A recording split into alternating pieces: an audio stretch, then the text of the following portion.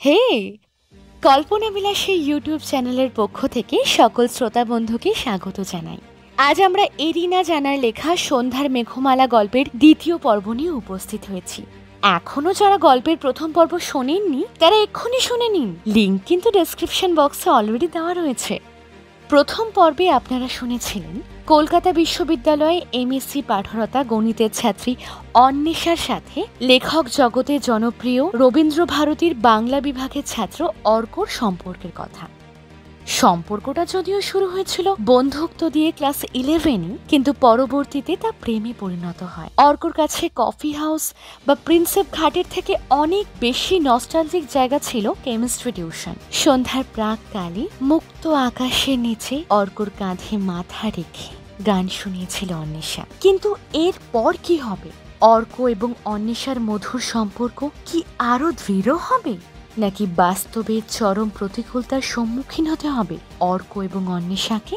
সকল প্রশ্নের উত্তর পেতে শুনতে থাকুন এরিনা জানার লেখা গল্প সন্ধ্যার মেঘমালার দ্বিতীয় পর্ব। আজকের গল্প পাঠে রয়েছে রাজনন্দিনী, গল্পের সূত্রধর আমি সুচিস্মিতা। মাঝখানে কেটে গেছে বেশ কয়েকটা মাস। অন্বেষার মাস্টার্স কমপ্লিট হয়েছে, রেজাল্ট আসেনি এখনো। অর্ক নিজের লেখালেখি নিয়ে দিব্যি মেতে আছে। অর্কর নামডাকটা একটু বেড়েছে, সে এখন বেশ কয়েকটা সাহিত্য পত্রিকার নিয়মিত লেখক। তবে অন্বেষা ভেবেছিল ওর সাথে পরবর্তী পড়াশুনো নিয়ে আলোচনা করবে, তাই টেক্সটটা করেই ফেললো। আজ 5টায় চলে আয়। জায়গাটা কোথায় আর বলার অপেক্ষা রাখে না। ওদের সবচেয়ে পছন্দের দেখা করার জায়গাটা গঙ্গার পাড়। মিনিট 7 পর উল্টো দিক থেকে রিপ্লাই এলো, শোন না, 5:30টায় কর টাইমটা, একজন প্রকাশক আসার কথা আছে, একটু লেট হলেও হতে পারে। মেসেজটা দেখে ঘর থেকে বেরিয়ে অন্বেষা দেখলো ওর বাবা ওর ঘরের দিকেই আসছে। অন্বেষার বাবা হলেন অভিজিৎ মজুমদার, একজন রিটায়ার্ড ব্যাংক কর্মচারী। মাকে ছোটবেলাতেই হারিয়েছে অন্বেষা, সেই থেকেই বাবাই ওর মা। তবে সব সময়ের কাজের মাসে মিনুদি না থাকলে অন্বেষার যে কি হতো। তুমি ঘুমোওনি বাবা? দুপুরবেলা কতবার বলেছি খাওয়ার পরে একটু রেস্ট নেবে, তা নয় সারা বাড়ি ঘুরে ঘুরে বেড়াচ্ছ। তোর ঘরেই যাচ্ছিলাম রে মা, সব সময় এমন দিদিমণি ভাব করিস। চল তো একটু বাপ মেয়েতে বসে গল্প করি। আচ্ছা চলো। আর তোমার মেয়ে তো দিদিমণি হবে, তাই তোমাকে একটু শাসন করে। অন্বেষার কথা শুনে হেসে উঠলেন অভিজিৎ বাবু। দেখো বাবা, আমার মনে হয় না বিএড করে কিছু লাভ আছে। এই তো চাকরি বাকরির পরিস্থিতি, তার চেয়ে আমি ভাবছিলাম পিএইচডিটা করে নেব। তুমি কি বলো? যদি তোর ডক্টরেট করার ইচ্ছে থাকে তাহলে কর, আর তোর যা প্রিপারেশন আছে তাতে নেট ক্লিয়ার হয়ে যাবে আশা করি। কিন্তু এখন একটা অন্য ব্যাপারে তোর সাথে কথা আছে। বলো না বাবা, কি বলবে? দেখ মা, আমার বয়স বেড়েছে, শরীর বিশেষ ভালো যায় না। তোর মা চলে যাওয়ার পর তো তুই ছাড়া আমার আর কেউ নেই। তোর একটা ভালো জায়গায় বিয়ে দিতে পারলে এবার আমি শান্তি পাই। না না, তোকে পড়াশোনা বন্ধ করতে বলছি না, সে তুই বিয়ের পর করতেই পারিস। আমি শুধু আমার মেয়েটার সুখী সংসার দেখতে চাই। অন্বেষা কোনো কথা বলল না। কি রে মা, কিছু বল। তোর নিশ্চয়ই বিয়েতে কোনো আপত্তি নেই? আমার অনুমা তো কোনোদিনও আমার কথা অমান্য করে না। তুমি বলো না বাবা, শুনছি তো। হ্যাঁ, যেটা বলার। তোর বোস কাকুকে মনে আছে? আমি আর বোস কাকু একসাথে যে অফিস যেতাম। ও মা, মনে থাকবে না কেন? বড্ড ভালো মানুষ। হ্যাঁ, তো শোন না, তোর বোস কাকু তার একমাত্র ছেলের জন্য তোকে বৌমা করে নিয়ে যেতে চান। ওনার ছেলে ব্যাঙ্গালোরে থাকে, খুব বড় ইঞ্জিনিয়ার, নামি কোম্পানিতে চাকরি করে, আর ভীষণ ভদ্র পরিবার, সে তো তুই জানিস। ওই দেখো, এখনো চুপ করে আছে। কিছু বলবি তো নাকি? এত তাড়াতাড়ি বিয়েটা? না না, সে এমনি বিয়ে নাইবা হলো, রেজিস্ট্রি করতে তো অসুবিধা নেই। আর ছেলেটির তোকে খুব পছন্দ, ফেসবুকে দেখেছে বলল। তোরা কিছুদিন মেলামেশা কর না, অনুষ্ঠান না হয় পরেও করা যাবে। বাবা, ব্যাপারটা সেটা নয়, আসলে সমস্যাটা অন্য জায়গায়। তখন থেকে কি আসলে আসলে করছিস বলতো? তুই কি কাউকে পছন্দ করিস অনুমা? বাবা, তোমাকে বলা হয়নি এতদিন। আসলে ছেলেটা কে বলতো? কি করে? আর বাড়িটাই বা কোথায়? বাবা, অর্ক আর আমি একে অপরকে পছন্দ করি, আর এই কথাটাই তোমাকে বলতে চেয়েছিলাম। আমি সেই জন্যই। ওকে ফোন করে আসতে বলো, আমি কথা বলবো। যতদূর জানি অর্ক লেখালেখি করে, তাতে যা আয় হয় তা দিয়ে কি সংসার চলে? তুমি কি করে কোনো সাত পাঁচ না ভেবে এমন একটা ছেলেকে... ছি ছি অনুমা, সমাজে আমার একটা রেপুটেশন আছে, তুমি একবারও আমার কথা ভাবলে না। এই জন্যই কি এত লেখাপড়া শেখাচ্ছি তোমাকে? বাবা, আমার কথাটা শোনো একটু, তুমি একটু। না, তুমি একদম চুপ করে থাকো। যা বলার আমি অর্ককেই বলবো, আর যা শোনার সেটা ওর মুখ থেকেই শুনবো। ফোনটা করো এক্ষুনি। চোখের জল মুছতে মুছতে ফোনটা হাতে নিয়ে এক দৌড়ে ছাদে চলে গেল অন্বেষা। অর্কর নাম্বারটা ডায়াল করার কিছুক্ষণ পরেই ফোনটা রিসিভ করলো অর্ক।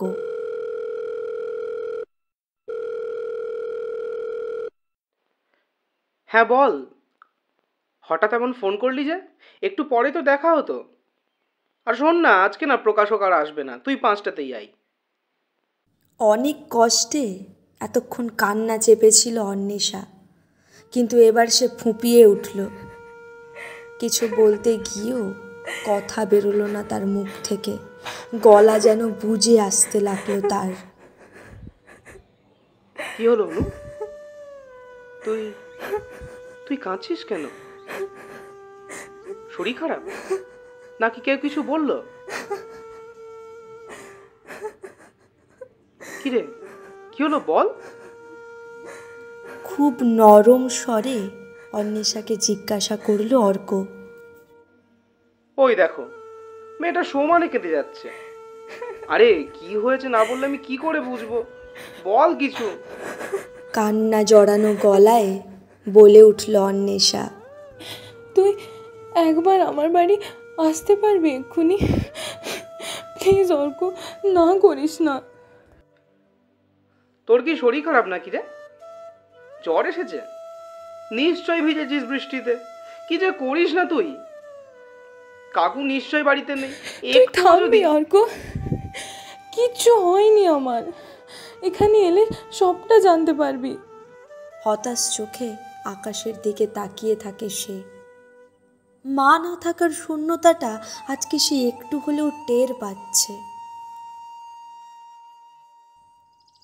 কিছুক্ষণ পর দরজায় কলিং বেলের শব্দ হয়। মিনু মাসি দরজা খুলে দেয়।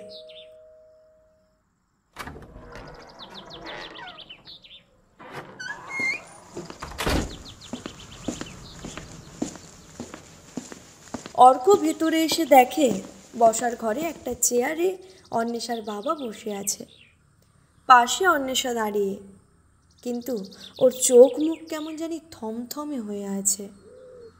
হতভম্ব ভাবটা কাটিয়ে অন্বেষার বাবাকে প্রণাম করলো অর্ক। থাক বাবা, ঠিক আছে, বসো। অর্ক উল্টো দিকের সোফায় বসলো। ও এখনো বুঝতে পারছে না ওকে ডাকার আসল কারণটা কি। অভিজিৎবাবু আবার বলতে শুরু করলেন। তোমাকে আমার কিছু প্রশ্ন করার আছে অর্ক, তাই কোনো ভূমিকা না করে সরাসরি বরং কথাতেই আসি। তোমার সাথে আমার মেয়ের বন্ধুত্বের বাইরে একটা অন্য সম্পর্ক আছে। একথা আমি আজ ওর মুখ থেকেই শুনেছি। আমার সমস্যা সেটাতে নয়। তুমি কি অন্বেষাকে বিয়ে করবে, নাকি দুদিন পর অন্য অপশন খুঁজবে? আজকালকার প্রেম তো ভরসা করা যায় না। দেখুন কাকু, আমার দিক থেকে বিয়ের ব্যাপারে সম্পূর্ণ অ্যাসিওরেন্স আছে। বেশ, তা বিয়ে যে করবে তুমি, কাজকর্ম কি করো? যতদূর জানি তোমার সাবজেক্ট বাংলা আর লেখালেখি করো, কিন্তু কেরিয়ারের প্ল্যানটা কি? এরপর চাকরির চেষ্টা করবে, নাকি আরও পড়াশোনা করতে চাও? আসলে কাকু, আমি চাকরি করতে চাই না, মানে লেখালেখিটাকে আর কি প্রফেশন করব। আসলে ওটাই আমার ভালোবাসা। থাক, কত টাকা আয় হয় তোমার এই লেখালেখি থেকে? খাওয়াতে পারবে আমার মেয়েটাকে?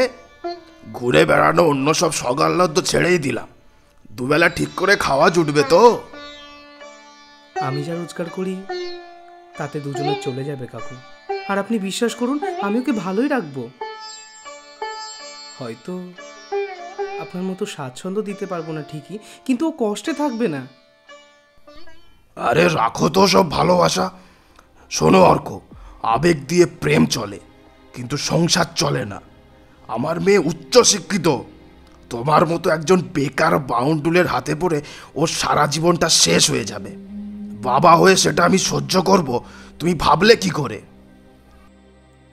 অর্ক কিছুতেই বুঝে উঠতে পারছিল না আসলে তার কি বলা উচিত। বুকের ভেতর তোলপাড় হচ্ছিল তার। অন্বেষাকে সে কোনোভাবেই হারাতে পারবে না।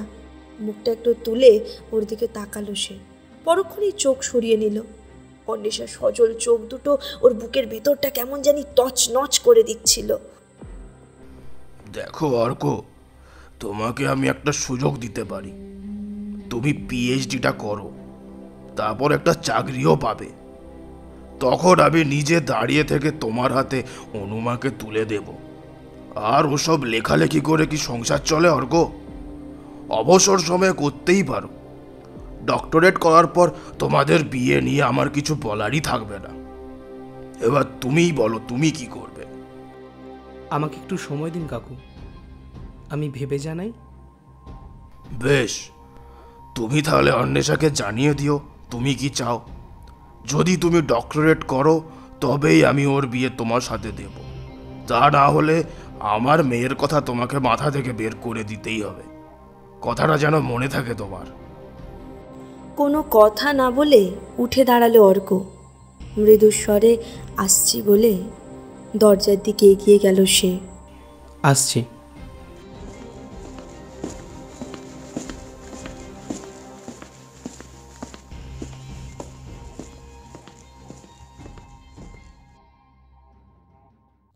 পরের দিন দুপুরে অর্ক টেক্সটটা পেয়ে হুড়মুড়িয়ে উঠে বসলো অন্বেষা। বাবার ওপর প্রথমে বেশ অভিমান হয়েছিল তার, পরে ভেবে দেখলো বাবা তো অর্ককে সুযোগ দিয়েছেন। অর্কর মেসেজটা খুলে দেখলো গঙ্গার ঘাটে দেখা করতে বলেছে। অন্বেষা ভাবলো নিশ্চয়ই বাবার কথাটা ভেবে দেখেছে অর্ক। ভীষণ খুশি হয়ে বাবার কাছে দৌড়ে গেল অন্বেষা। মেয়ের মুখের হাসি দেখে অভিজিৎ বাবুর মন থেকে মেঘ সরে গেল। মনে মনে ভাবলো ছেলেটা নিশ্চয়ই রাজি হয়ে যাবে ডক্টরেট করতে। অন্বেষা ভীষণ খুশিতে রেডি হয়ে নিল। বাবার উপর এখন তার আর কোনো রাগ অভিমান কিচ্ছু নেই।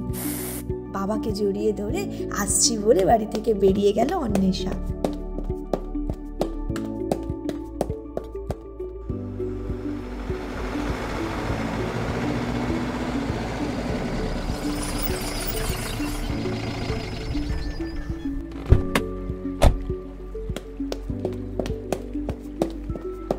এই সরি অর্ক, আমার আসতে একটু লেট হয়ে গেল।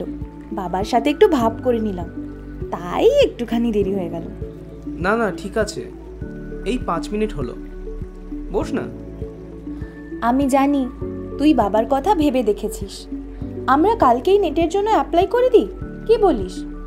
আর ডক্টরেট করার পর আমি পার্মানেন্টলি তোর কাছে চলে যাব। আমার এত আনন্দ হচ্ছে না। অনু শোন। আরে কি শুনবো?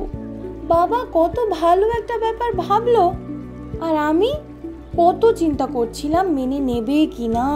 না ফোনু, আমাকে বলতে দে। তুই এরকম রেগে যাবি জানলে। ঠিক আছে, তুই বল। আই এম সরি, আমি ডক্টরেট করছি না। দেখ, আমি আমার স্বপ্নকে কোনোভাবেই বিসর্জন দিতে পারবো না। আমি লেখক হতে চাই, আর সেটাই করব। এক মুহূর্তের জন্য স্তব্ধ হয়ে যায় অন্বেষা। কিছুক্ষণ পরেই হঠাৎ হেসে উঠে সে বলল, এই তুই এই মজা করার অভ্যাসটা কাটাতে পারলি না বল? অনু, আমি মজা করছি না, আই এম সিরিয়াস। আমি লেখালেখি করেই জীবনে দাঁড়াতে চাই, তাই তোর বাবার কথাটা মেনে নেওয়াটা আমার পক্ষে এই মুহূর্তে সম্ভব নয়। তুই তুই আমাকে ভুলে যা। অন্বেষার চোখের জল যেন শুকিয়ে গেছে। কাপা গলায় সে বলল, তুই সত্যি আমাকে ছেড়ে থাকতে পারবি? আমার কাছে আমার স্বপ্নের মূল্য অনেক বেশি, অনু। আমাকে তুই বউ বলেছিলিস। বিয়ে করে তো ডিভোর্স দিচ্ছি না।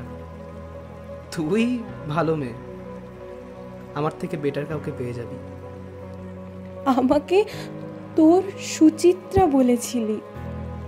উত্তম কুমার আর সুচিত্রা তো পর্দাতেই সেরা। সিনেমার আলো নেভার পর তাদের যোগাযোগটাও পরিষেবা সীমার বাইরে চলে যায়। আর পুচকো ডাকটা, তোর আদর করা, প্রথম না বলে সিনেমা দেখা, কেমিস্ট্রি টিউশনে পাশাপাশি বসে কিছু খুচরো ছোঁয়া, সেগুলো কি সবই মূল্যহীন তোর কাছে? তুই ছেলে মানুষই করতিস, তাই পুচকো বলে ডাকতাম। আর বাকিটা হয়তো অল্প বয়সের মোহ। আমাদের একসাথে বুড়ো হওয়ার কথা ছিল। সে তো আমরা এমনিতেও হব, আমাদের তো প্রায় সেম এজ। অর্কর কথাগুলো অন্বেষার বুকে ছুরির মতো বিঁধছিল। আমার সাথে কি সংসার করা যায় না রে? তা নয়, জানিস তো, আসল ব্যাপারটা হলো কবির সঙ্গে বন্ধুত্ব করা যায়, প্রেম করা যায়, কিন্তু সংসার করার সময় তো কবি মানে বিগ জিরো। কবির সাথে আর যাই হোক ঘর বাঁধা যায় না। আমি আপত্তি করিনি অর্ক। জানি অনু, তোকে তো দোষারোপ করিনি রে পাগলি। ওই দেখো, কাঁদছিস কেন? আমি তোকে ছেড়ে থাকতে পারবো না রে অর্ক। দাঁড়া, তোকে একটা কবিতা শোনাই। এই জন্মের দূরত্বটা পরের জন্মে চুকিয়ে নেব। এই জন্মের চুলের গন্ধ পরের জন্মে থাকে যেন। এই জন্মের মাতাল চাওয়া পরের জন্মে থাকে যেন। অর্ককে জড়িয়ে ধরে কেঁদে উঠল অন্বেষা। অর্ক আবার বলে উঠল, যদি কখনো নিজের স্বপ্নকে ছুঁয়ে দেখতে পারি, নিজের পরিচয় নিজের উপন্যাসের পাতায় খুঁজে পাই, সেদিন কি আমার হবি? আমি খেলার পুতুল নয় অর্ক। তবে হ্যাঁ, আমার ভালোবাসা মিথ্যে নয়। আমার মন জানে আমি কি করব।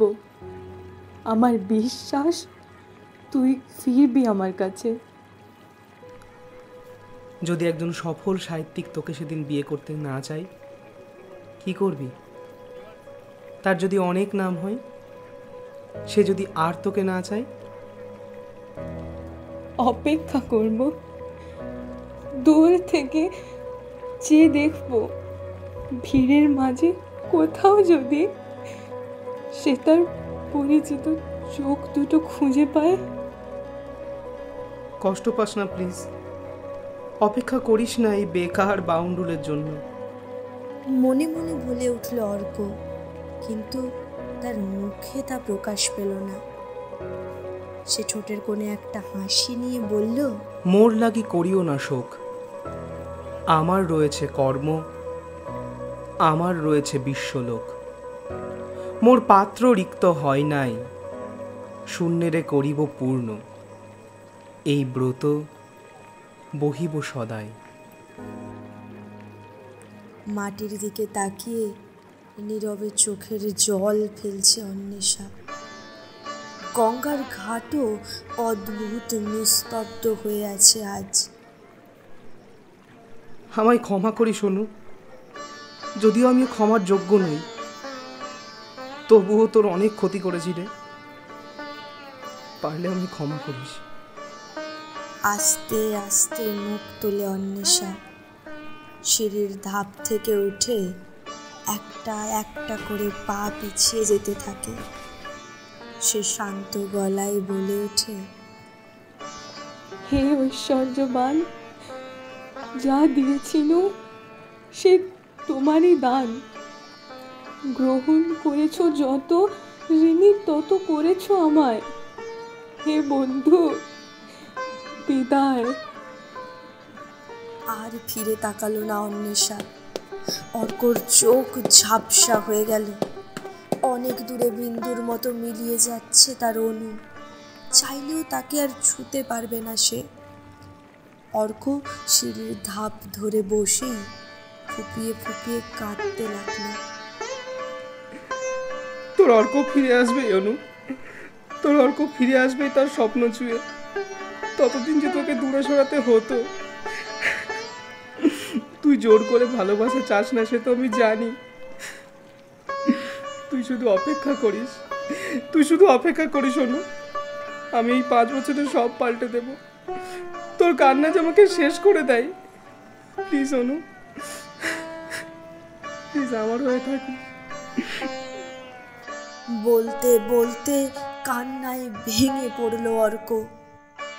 গঙ্গার ঘাটে সেদিন একটা বিচ্ছেদ লেখা হলো। যদিও আমরা কেউ জানি না বিচ্ছেদ নাকি অপেক্ষা, আর কবেই বা সেই অপেক্ষার শেষ হবে, সে প্রশ্নের উত্তর এখনো অজানা। অনুকে ছাড়া অর্কর জীবনে 5টা বছর কিভাবে কাটবে? অনুকে চিরদিনের মতো বিদায় জানালো অর্ককে। 5 বছর পর অনুর জীবনে অর্ক ফিরতে চাইলেই কি ফিরতে পারবে? অনু এবং অর্কর সম্পর্কের পরিণতি শেষ পর্যন্ত তাহলে কি আছে? গল্পের তৃতীয় অর্থাৎ শেষ পর্বে সব প্রশ্নের উত্তর নিয়ে আমরা আপনাদের কাছে হাজির হব। আজকের গল্প পাঠে ছিল রাজনন্দিনী, অর্কদ্বীপের চরিত্রে ছিল বিপ্রদীপ, অন্বেষার চরিত্রে সুমেধা এবং অভিজিৎ বাবুর চরিত্রে ছিল সৌভিক। গল্পের সূত্রধর আমি সুচিস্মিতা। গল্পটা ভালো লাগলে লাইক, আপনাদের ভালো লাগাকে ছড়িয়ে দিতে শেয়ার এবং এবং এবং আমাদের পাশে থেকে উৎসাহ দিতে চ্যানেলটিকে সাবস্ক্রাইব